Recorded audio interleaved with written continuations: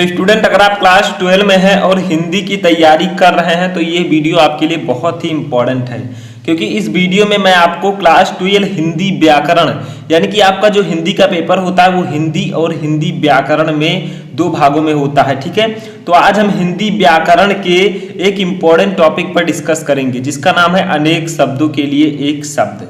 हम 15 बार बार पूछे जाने वाले अनेक शब्दों के लिए एक शब्द को इस वीडियो में देखने वाले हैं। ये क्वेश्चन जो मैंने लिए हैं वो आपके बोर्ड एग्जाम में 4 बार कोई क्वेश्चन और कुछ क्वेश्चन 3 बार पूछे जा चुके हैं, यानी कि बहुत ही इंपॉर्टेंट क्वेश्चन है।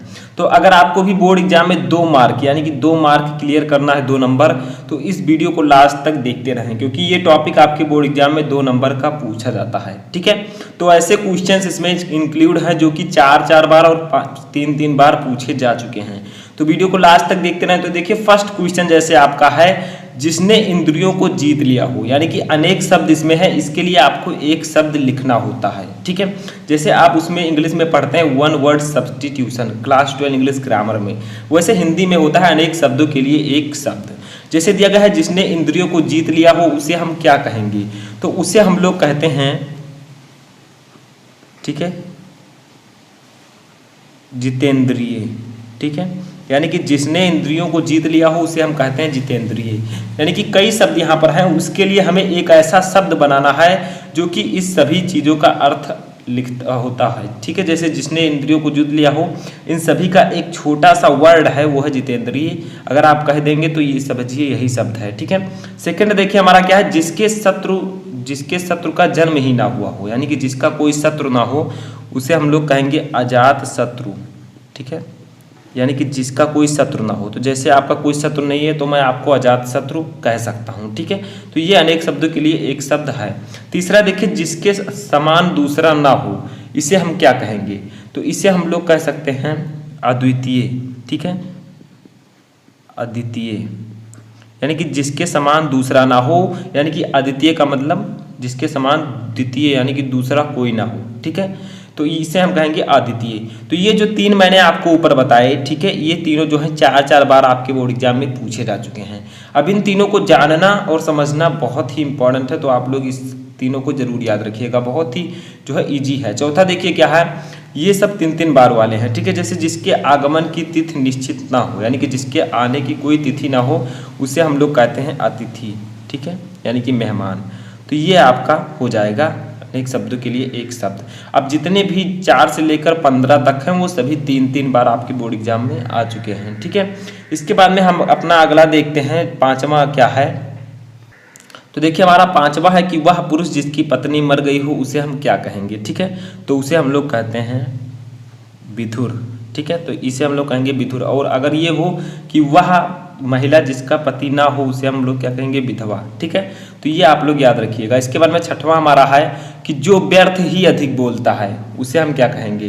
तो उसे हम लोग कहेंगे वाचाल। ठीक है,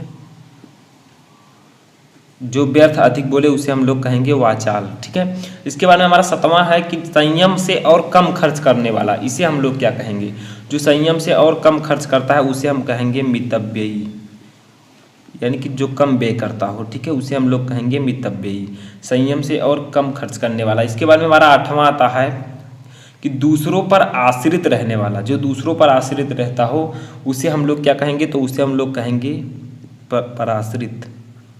दूसरों पर आश्रित रहने वाला होता है पराश्रित। ठीक है, इसके बाद में हमारा 9वां है कि जानने की इच्छा रखने वाला, तो जो जानने की इच्छा रखता है उसे हम लोग कहते हैं जिज्ञासु, एक शब्द में। ठीक है, उसे हम लोग कहेंगे जिज्ञासु। यानी कि अगर मैं आपको जिज्ञासु कहूँ तो इसका मतलब मैं आपको कह रहा हूँ कि तुम कुछ जानने की इच्छा रखते हो। ठीक है, इसके बाद में हमारा 10वां है कि उपकार को मानने वाला, यानी कि जो उपकार को मानता है उसे हम लोग कहते हैं कृतज्ञ। ठीक है, उपकार को मानने वाला जो है उसे हम लोग कहेंगे कृतज्ञ। इसके बाद में हमारा अगला आता है 11वां कि जिसकी सीमा ना हो। ठीक है, तो जिसकी सीमा ना हो उसे हम लोग कहेंगे असीम, जिसकी कोई सीमा ना हो। ठीक है, तो ये सब आपके बोर्ड एग्जाम के लिए बहुत ही इंपॉर्टेंट है जो मैं बता रहा हूँ।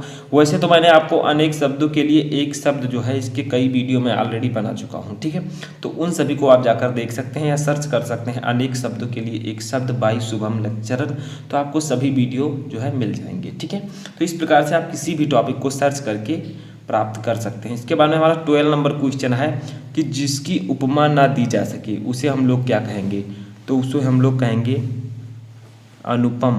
ठीक है, जिसकी उपमा ना दी जा सके उसे हम लोग कहेंगे अनुपम, या फिर आप कह सकते हैं अनुपमेय। ठीक है, तो ये आप लोग ये भी लिख सकते हैं अनुपमेय। ठीक है, अनुपमेय। ठीक है, अनुपमेय। इसके बारे में हमारा 13वां आता है कि जिसका ज्ञान अत्यंत कम हो उसे हम लोग क्या कहेंगे। ठीक है, तो जिसका ज्ञान अत्यंत कम हो उसे हम लोग कहेंगे अल्पज्ञ। ठीक है, अल्पज्ञ। अल्पज्ञ का मतलब जिसका ज्ञान अत्यंत कम हो, या फिर आप कह सकते हैं थोड़ा जानने वाला। अगर आपसे पूछा जाता है थोड़ा जानने वाला तब भी आप अल्पज्ञ कह सकते हैं, अगर जिसका ज्ञान अत्यंत कम हो तब भी आप अल्पज्ञ कह सकते हैं। इसके बाद में हमारा 14वां क्वेश्चन है कि जिसे जाना ना जा सके उसे हम लोग कहते हैं अज्ञेय। ठीक है, जिसे जाना ना जा सके उसे हम लोग कहेंगे अज्ञेय। लास्ट आता है हमारा कि जिसकी कल्पना ना की जा सके उसे हम लोग क्या कहेंगे, उसे हम लोग कहेंगे अकल्पनीय। ठीक है, अकल्पनीय। अब इसका पीडीएफ भी मैं आपको डिस्क्रिप्शन में दे दूंगा, आप वहाँ से जाकर पीडीएफ को भी डाउनलोड कर सकते हैं। तो आई होप कि आपको ये 15 अनेक शब्द के लिए एक शब्द अच्छे से समझ में आ चुके होंगे। ये सभी जो है बहुत ही इंपॉर्टेंट है। तो अगर वीडियो पसंद आए तो वीडियो को लाइक कर दीजिए, चैनल पर नए चैनल को सब्सक्राइब कर लीजिए, और इस प्रकार की वीडियो और बोर्ड एग्जाम से रिलेटेड वीडियो पाने के लिए इस चैनल को सब्सक्राइब जरूर कीजिए।